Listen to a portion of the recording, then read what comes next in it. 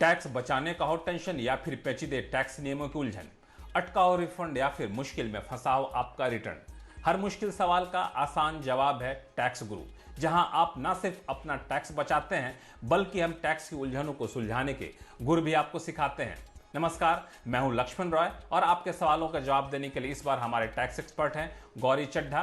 गौरी, आपका स्वागत है टैक्स गुरु में।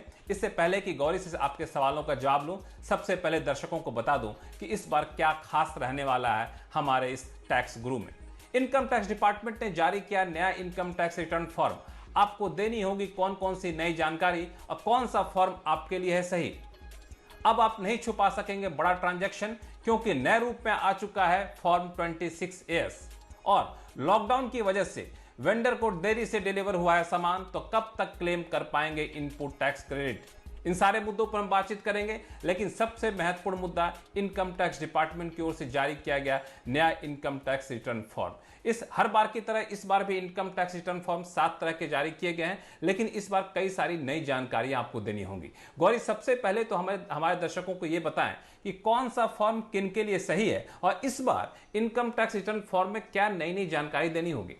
आपको कुछ एडिशनल जानकारी देनी होगी, यानी कि अगर आपने अपने करंट अकाउंट में एक या एक से ज्यादा जितने भी करंट अकाउंट हैं 1 करोड़ से ज्यादा डिपॉजिट करा है, तो आपको उसकी जानकारी इनकम टैक्स रिटर्न में देनी होगी।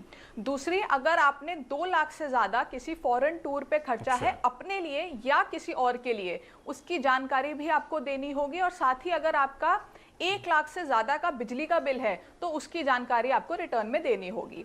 इसके अलावा जो बड़ा बदलाव करा गया है वो ये है, जो हम एक्सपेक्ट कर रहे थे, क्योंकि बहुत लोग ये सवाल पूछ रहे थे कि अब जो 1 अप्रैल और 30 जून के बीच में हमने इन्वेस्टमेंट्स करी हैं, डिडक्शंस के लिए हमने इन्वेस्टमेंट्स करी हैं, उसकी जानकारी हम कैसे सरकार को देंगे, क्या हम उनको दोनों साल में ले सकते हैं, ऐसे कुछ सवाल आ रहे थे।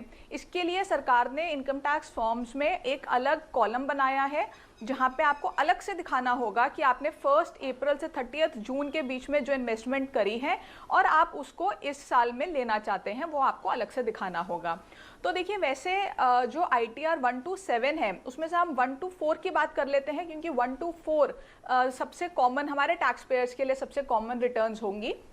अब इसमें वैसे तो बहुत सारी चीज़ें देखनी होती हैं कि कौन कौन सा रिटर्न भर सकता है, बट ब्रीफ में मैं बता देती हूँ कि ITR 1 सिर्फ वो लोग भर सकते हैं जिनकी सैलरी से इनकम है, इनकम फ्रॉम अदर सोर्सेज है और 1 हाउस प्रॉपर्टी है और वो जॉइंट नहीं होनी चाहिए और उनकी इनकम 50 लाख के विद इन होनी चाहिए।